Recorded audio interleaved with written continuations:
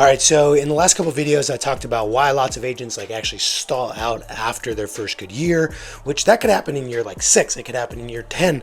I also had another video that came out was why early success can actually be a bad thing.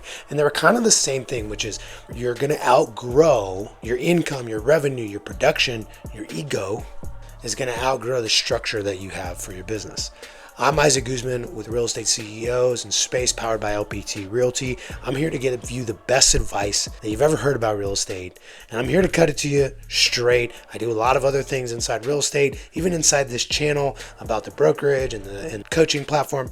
None of that has to do with this. This is me just giving back to the YouTube community, just giving you guys advice from stuff that I've found. A lot of this is deriving from conversations that I've been having. It's the end of the year right now. People are kind of reflecting.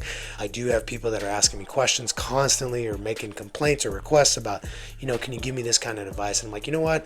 I've been doing a lot of this. I figured I got to get it out there on YouTube as well because I want to give back.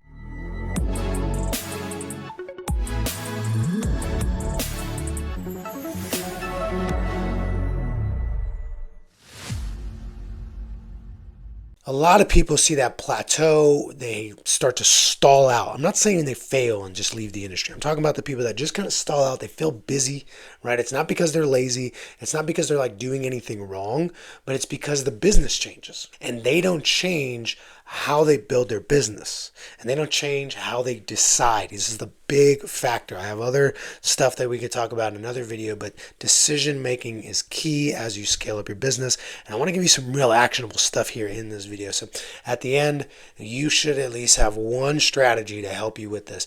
And this is the thing. Today, I need to make it practical because those other videos are very theoretical. It was just kind of getting your buy-in that, hey, I might actually be in this situation.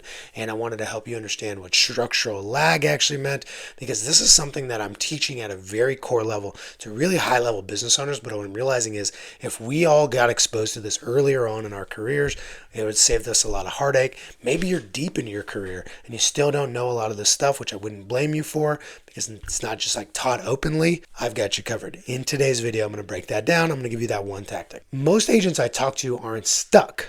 That's different. They're busy. And busy and fast feels productive. Busy feels almost responsible, right? Hey, I can't go out drinking with you guys or to the thing or whatever because I'm busy. And it feels almost like I'm taking the high road. This is where your ego kind of can play with you. But busy is usually reactive. It's usually just reacting to things. Do you ever design your day? If you had a perfect control over your day, would it be as busy as it was today or yesterday or 3 weeks ago on Tuesday? No. You would never design a day to be that busy, that chaotic. So that's how you know it's usually just because you're reacting, not because it's intentional. Reacting all day is really the fastest way to lose control of your entire business. And it only gets worse as you get more successful, as you get more productive. Sorry to drop that on you, but it's true. Been there. I remember I was working with an agent one time. It's kind of a good way to set this. And they told me, I don't even know what I worked on yesterday, but I know I was busy. I know I was really slammed, but I don't know what I worked on. The phone never stopped. It was text message, calls, emails, fires that I had to put out, right? Those are things that happen. And at the end of the day, they were exhausted. And not only exhausted, but still behind. That was the thing I was trying to get to, is they were still behind. Hey, I was super busy. I had a lot of stuff, a lot of momentum. All right, my mom always used to say because this was me. She used to tell me this, Isaac, you're like an octopus on roller skates. Lots of movement, but not much progress. All right, this is me when I was younger. Nothing was actually owned. Everything was just answered. And that's where it started really clicking, right? That's kind of what my diagnosis was. I was like, listen, you didn't own any part of your day. Instead, you just answered the call of the day of everyone else's urgencies that were placed on you. And then it finally clicked for them. This is actually exactly what I meant in this earlier video about early success rewarding bad habits. I talked about early success sometimes rewards bad habits because you make reactivity feel normal. Because, hey, I went to the open house and then they wanted to see a house, so I said yeah because I didn't have anything better going on, and so I just said yes, and then I showed them the house, and then they liked it, and then we wrote the offer, and we got into escrow. And then this other time, this person, I was knocking on doors to tell people about the open house that I was running the next week, and this person said, well, yeah, can you take a look at my house right now? And then I did that, and then I followed up with them, and I sent them this video that I randomly just came up with off of some YouTube channel, and then I got the listing, and boom, I did it. And so this chaotic automatic reactivity. And then they called me and said, hey, can you come over here right now? Because I want to list my home. And I flew over there as fast as I could. I ended up having my wife pick up the kids because I needed to get to that. What happens is, being reactive, you attribute the reactivity to your success. And it starts to feel normal. And once that happens, effort stops being as impactful. What I mean is, more hours doesn't mean a commensurate or like a balanced or equal output, because not all the time do you have people begging for you to come to list their house or coming to talk to see a house, right? You don't have that all the time, especially if you're trying to design your business to be like repeat and referral. So here's the thing. Here's something that I need you to try. If this is you, if you're like, I'm just reacting, Isaac, I do feel busy. If I could tell you what I intentionally did yesterday, that in the morning I had the intention to do it, and then in the evening it got done, it would be almost nothing, but I did get a lot of other random things that I reacted to done, then you got to listen to this. Here's something, it's super simple, but you got to start doing it. You got to try it at least. Here's what I do. I call it the 24-hour lock. Okay, this thing has changed a lot for me, for agents that I work with, right? My buddies, just everybody. For the next week, for the next 7 days, stop making same-day decisions unless something is truly an emergency. Like there's truly something that's happened. Because not everything's an emergency. Ask any real estate veteran. Go, how many emergencies do you run into on a monthly basis? Like I don't know, I closed 5 deals. They all had big problems this month. Right, I closed 5 deals this month. They all had major problems. None of them were emergencies though. So for the next week, I need you to stop making same-day decisions on something unless something's truly on fire. Super simple. No new commitments today. No saying yes on the spot today. No solving things immediately just because they showed up today. Everything waits 24 hours. Oh my God, my CRM, it's just driving me crazy. It's nuts. And now I'm going to go to this pricing page on this other CRM that my buddy told me, and then I watch the webinar, and then you know what? I gotta have this CRM. Cool. Wait till tomorrow. As a matter of fact, you should have waited till tomorrow to start researching the next CRM. Add it to your list of items. Because here's the thing. Here's why it works and why it matters. Because most things feel urgent, but they are not. Now, I almost use an example right now about like the listing and I just reacted to the listing. That's not a decision, all right, necessarily. It's not a business decision. That is an activity. I'm talking about decisions in this video, okay? You're not making decisions same day. So you saw a webinar for hiring a coach at some random coaching company or some amazing coaching company. It doesn't matter. And they're like, you going to commit today? Dude, you could probably afford it and you probably need it. Don't make that decision today. Make that decision tomorrow when you have time. Okay. If you are, out doing something and you see somebody who's crushing it and they're like, dude, here's what I did. I actually started a YouTube channel that's local and that highlights, local restaurants, and I got a bunch of, views, and then I'm guiding people on neighborhoods. You should start a YouTube channel. Cool, you probably should, but don't decide that today. Decide that tomorrow, because decisions usually don't work like this. Made a decision, and now I have a really structured plan, and I'm going to follow that. That's not how it works. All right, you didn't consider your time constraints. You didn't consider your other commitments. You didn't consider what the cost would be. Sit with it for 24 hours before you make that decision, all right? 24-hour lock, because most things feel urgent, but they aren't. And if it's really important today, it'll still be important tomorrow. Like I said, not if it's urgent, something's on fire, whatever. I'm talking about if it's important today, it should be important tomorrow, right? The 24-hour lock, it does 2 things, and it does 2 things pretty fast. One, it kills fake urgency.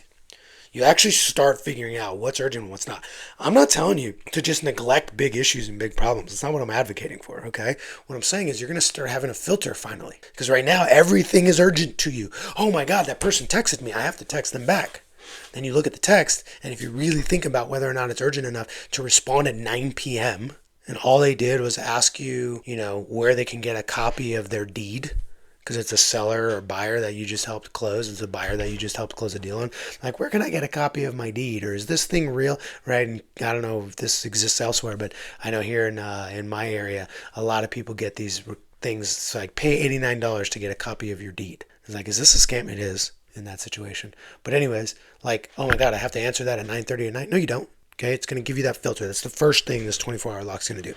The second thing it's going to do is it gives you your thinking space back. The amount of bad decisions I've made, the amount of bad decisions other agents have made, the amount of bad decisions you've probably made because you just simply didn't have the space to think is almost immeasurable because we don't sit there and think about it. We don't bounce it off of anybody else. Because there's nothing magical, by the way, about those 24 hours. You're not somehow randomly smarter 24 hours later, but it gives you the space to think. You're using a filter to figure out if this is urgent or not. And then what likely happens and often happens is you do run into somebody who you can bounce the idea off of, maybe a friend, a colleague, your spouse, right? Somebody else where you go, hey, I was thinking about doing this thing. You might ask that one extra question. You might research it a little bit more in those 24 hours. There's nothing magical about it. It just slows that down. And you got to start thinking structurally. Now, if you have a coach or a consultant that's helping you structure your business, then they can really help you get through that and ask you questions. Because again, it's not their job to go, yes, use that CRM, or no, don't use that CRM. Yes, start that YouTube channel, or no, don't start that YouTube channel.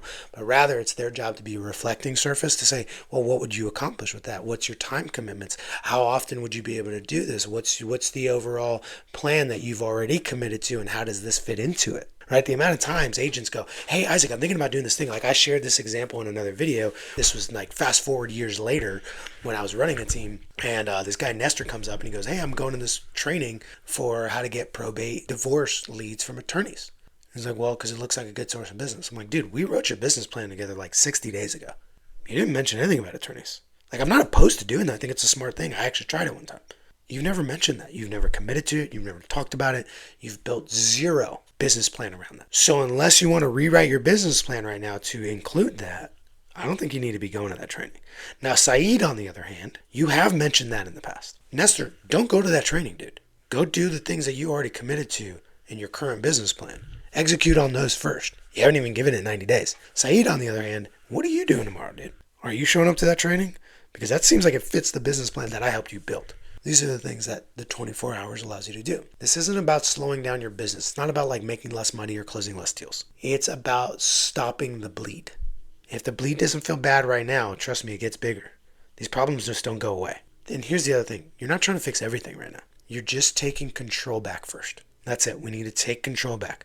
All right, so here's what I need you to do. If you're willing to try this for a week, I need you to comment lock below. Not for me, but for you. All right, and if you've tried something like this before, I'm curious, what changed when you stopped reacting? In earlier videos, I talked about why things start feeling heavier after success. This is actually the first move that makes things feel lighter. Do this 24-hour lock for 1 week, for 7 days before you do anything else. Let me know how it goes in the comments. Keep on crushing it.